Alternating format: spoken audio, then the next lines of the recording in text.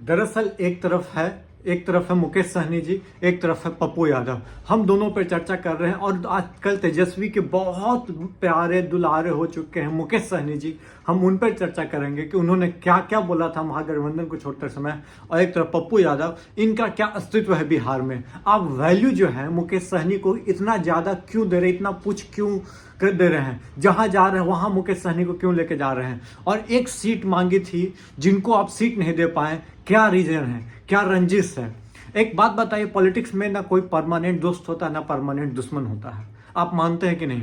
दोस्तों, हम चर्चा इसलिए कर रहे हैं क्योंकि मुकेश सहनी जी की जो पकड़ है बिहार में कितनी है, हम ये जानना चाह रहे हैं। और सीमांचल कोसी का जो दावा करते हैं, क्या बोलते हैं, पप्पू यादव जी, उनकी पकड़ क्या है, हम इस पर चर्चा करते हैं। दरअसल हम आपको बता दें कि इस बार जो है महागठबंधन में 3 सीटें मिली है साहब मुकेश सहनी जी को। विश्वास करोगे कितना अस्तित्व है बड़ा मुकेश सहनी का, हमको नहीं पता, लेकिन इतना बड़ा तो जरूर नहीं है कि उनको 3 सीट दिया जा सकता है बिहार में। और सीपीआई सीपीएमएल को 5 सीट और कांग्रेस को 9 सीट, और आप खुद 23 सीट पर लड़ो।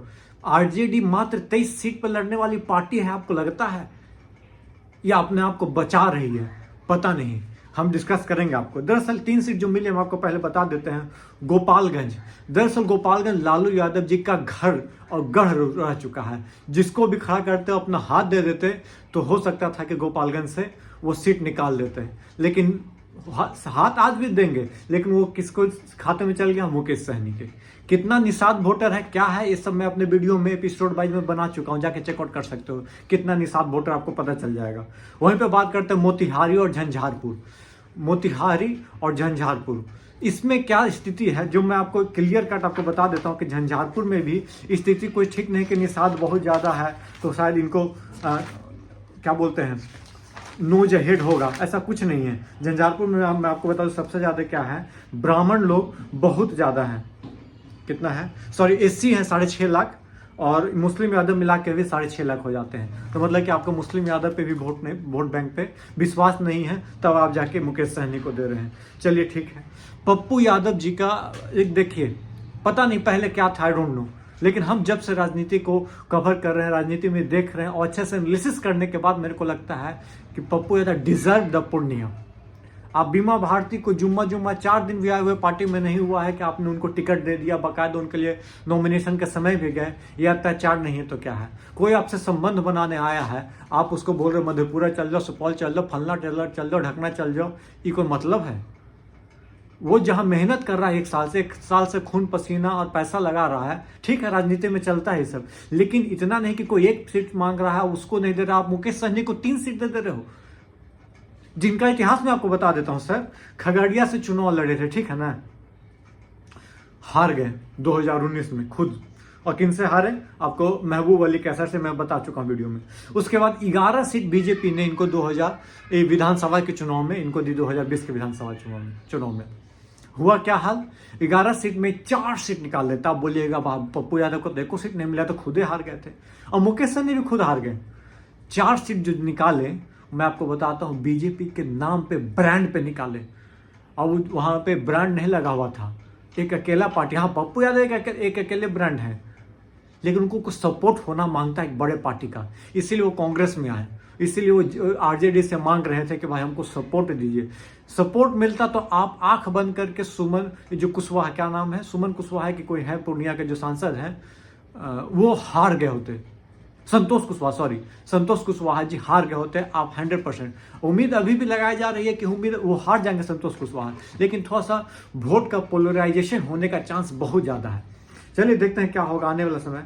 लेकिन एक बात बताए, सन ऑफ मल्लाह अपने आप को बताने वाले मुकेश सहनी की गाड़ी कहे जा रहे थे जब वो ट्रेवल कर रहे थे 70-80 सीट जब बिहार, यूपी, झारखंड में, तो कह रहा था 3-3 करोड़ की गाड़ी से ट्रैवलिंग कर रहे हैं। आप समझ सकते हो कि कौन सा लग्जरी गाड़ी से ट्रैवल कर रहे होंगे।